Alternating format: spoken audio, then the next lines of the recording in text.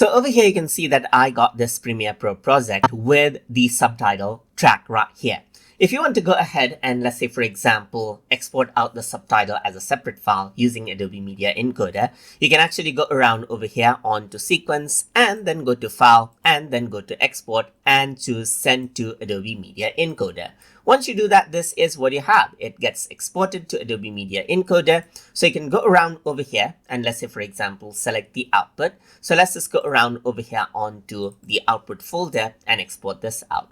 So under the caption, you can see that burn caption to video is selected right now. That means the caption will be burned onto the video. So the viewers won't have any option. They will be seeing the subtitle in the video itself. But you can also create a sidecar file right here. And you can see that the file format that will be exported will be SRT. You can also include SRT styling. If there's any styling, even the styles will be exported right here.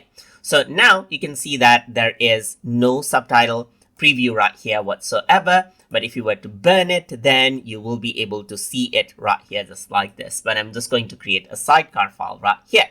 That is a separate file. So I can choose this and press OK right here and hit the play button. And then you can see that the file gets exported. So this is the output folder right here, just like this.